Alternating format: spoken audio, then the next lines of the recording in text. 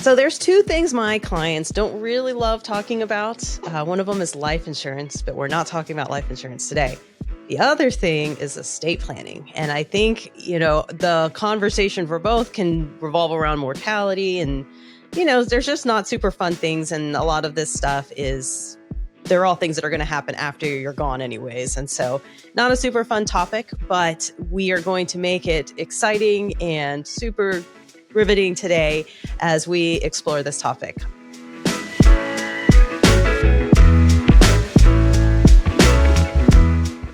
I'm Valerie Escobar, Certified Financial Planning with Mariner Wealth Advisors, and you're listening to Your Life Simplified. Today, I am joined by Ben Voelker, Director of Wealth Strategy. Ben, thank you so much for joining us. Valerie, thanks so much for having me. Absolutely. So tell me about this wonderful, this topic of estate planning. It can be something that's extremely overwhelming for a lot of families, but it's worth it, right? Well, sure. Absolutely. Sometimes when I'm in a client meeting, the first comment is, well, Ben, we don't have an estate plan in place. We haven't put one together. And I'll actually challenge back is you do have an estate plan in place. It was just drafted for you by the state in which you live. And that obviously carries some risks and potential unintended consequences on how the wealth would be transferred at your passing to heirs or other beneficiaries. So if you don't want the state that you live in to decide who gets your money and how, having an estate plan in place allows you to customize that based on your specifications. But sometimes even more important, the need for an estate plan. One is, and this is often kind of the first foray into estate planning for most of our clients, is your last will and testament is the document that establishes guardianship provisions for minor children. So if you or you and your spouse were to pass prematurely and your children were still minors, who would you want to take physical care of that child? And that decision can be incredibly important if both sides of the family may not agree on where those kids would go and how they would be cared for. So having that document puts your wishes in place.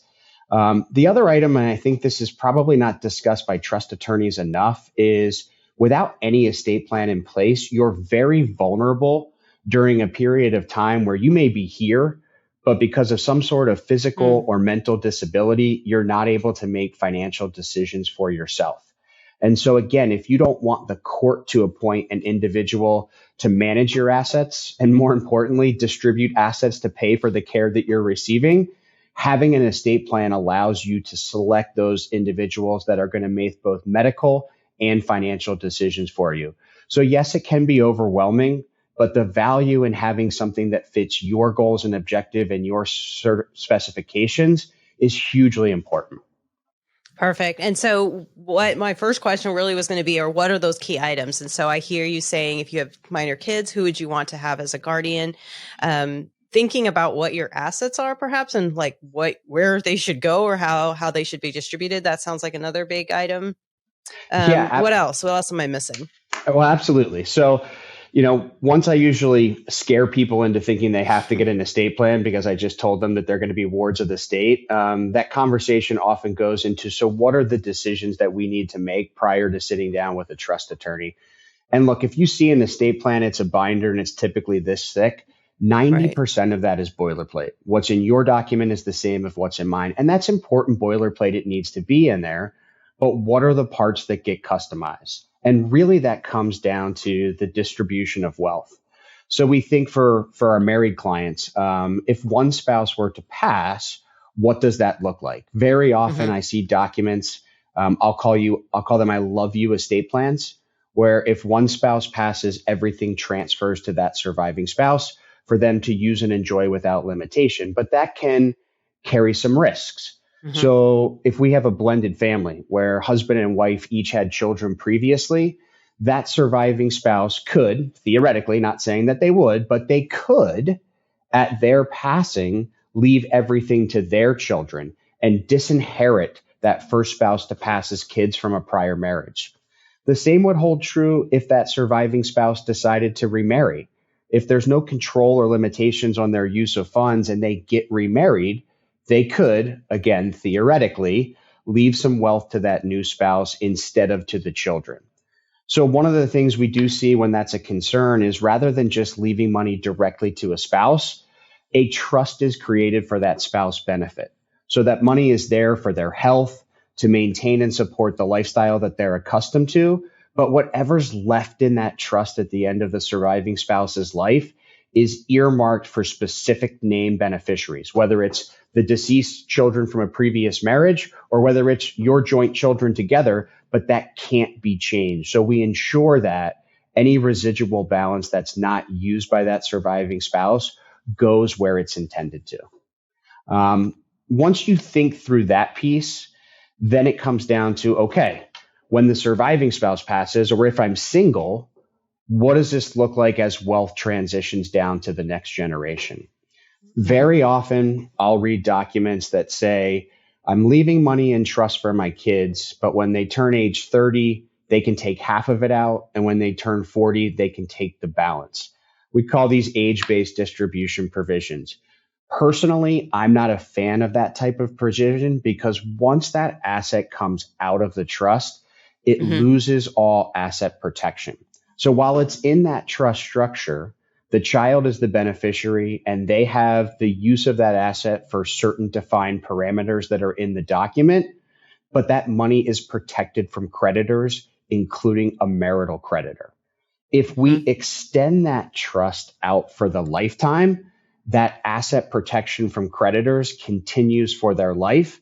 And then at the passing of that child, our clients can, if they choose, earmark any residual balance to stay in those family bloodlines and go down to grandchildren.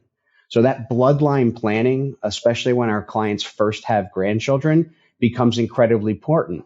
If you have a distribution at age 40, that money becomes your child's, and now their estate plan dictate where it goes at their passing. So they could leave it to a spouse, they could leave it someone other to a grandchild. So having that trust extend for the lifetime of the beneficiary, asset protection and bloodline planning, hugely important. And so when you leave money inside of a trust, like you said, I heard you say that there is a protection against creditors, including if you're getting divorced and your ex-spouse wants to have access, they cannot.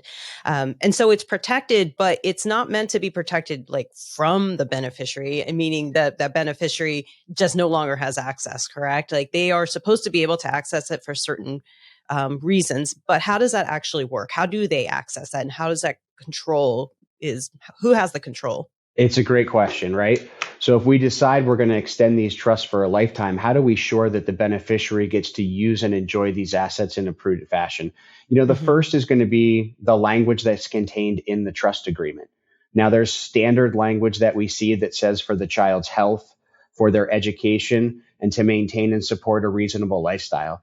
But that language can be expanded to include things like the purchase of a first home, a purchase of an automobile, to pay for a wedding, or any other milestone events that our clients may want to achieve.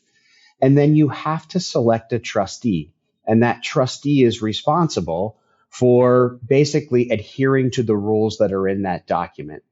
There is nothing to prevent at a certain age that child from becoming their own trustee. So going back to my previous example where we were going to give the kids all the money at age 40, rather, maybe we consider making them the trustee at age 40. So now they're making investment decisions around how those trust assets are managed. They're ultimately deciding what comes out to them as the beneficiary for their health, education, maintenance, and support. But anything that they leave inside that trust structure is still going to have the protection. So we give them the ability to have some autonomy and kind of control that inherited wealth at a certain age, but we do so inside of that controlled trust structure. Perfect. And so one of the things too that I've kind of run across is that maybe a child, like you love your child, right? But you're thinking, yeah, I don't think that they are super responsible with their money, or maybe they have addiction problems, or maybe there's just, a whole slew of things that could happen.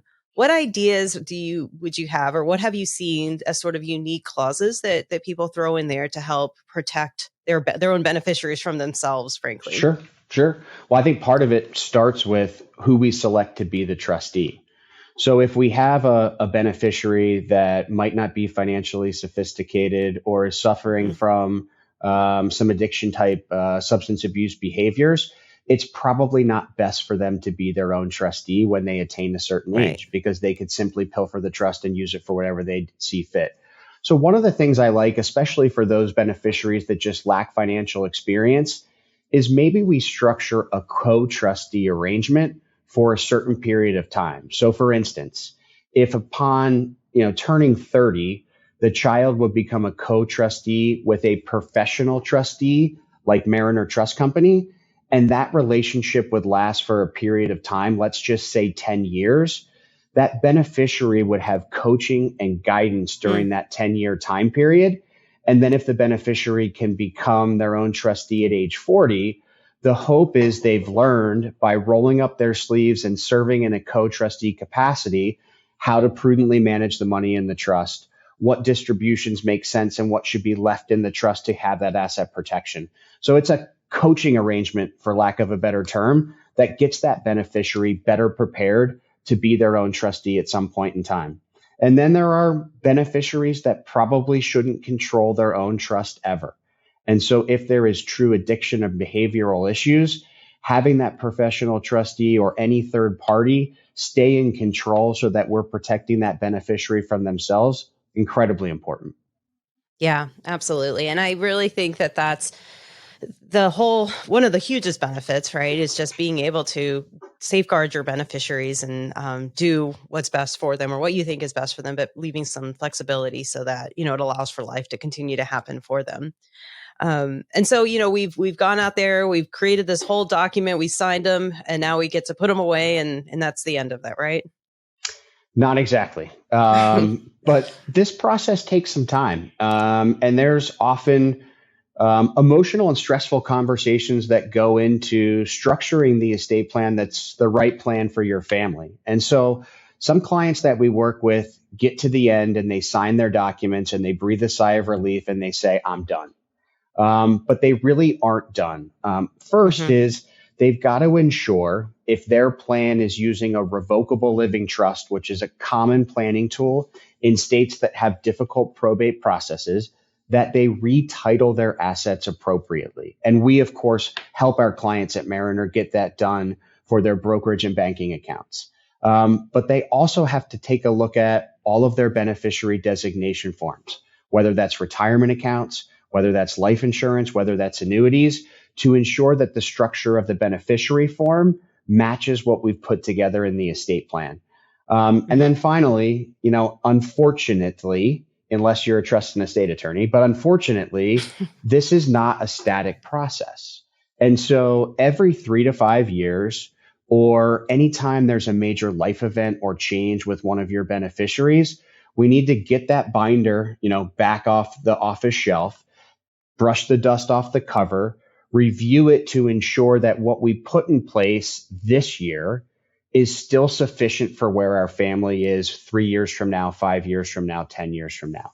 And that's, of course, with our clients, a role that we serve is to let them know where they are, listening to what they want to achieve. And maybe there aren't necessary changes to the document and they're still in a great place, but maybe there are things that need to be tweaked over time because their kids have grown and matured, or they've gotten married, or they've had children of their own. And all of those things change some of the contingencies that we put in that document 5, 10 years ago. Those are now kind of realities, and we need to ensure that there aren't any unintended consequences.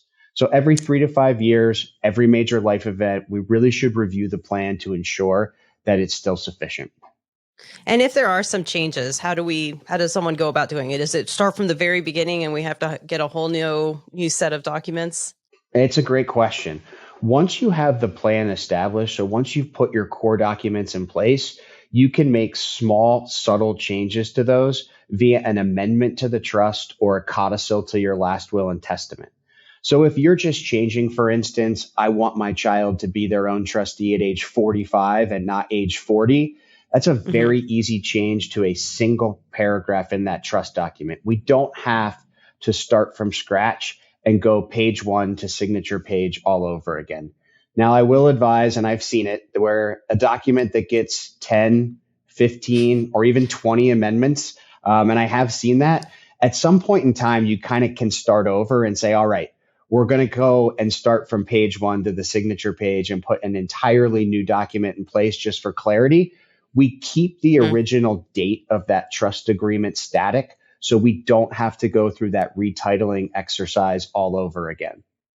Yeah. And I think that's good to know, just so it feels less intimidating. You're like, oh, I really do need to change this one thing. Well, you don't have to go and pay the attorney for the whole ordeal again, but we do one of those amendments. And like you said, if we've updated things correctly, which our clients absolutely will have, you have your trust listed as the beneficiary and you do an update. Well, we don't have to go through and update all the beneficiaries again. We just sort of, just add that codicil or the amendment. And I think we're all set.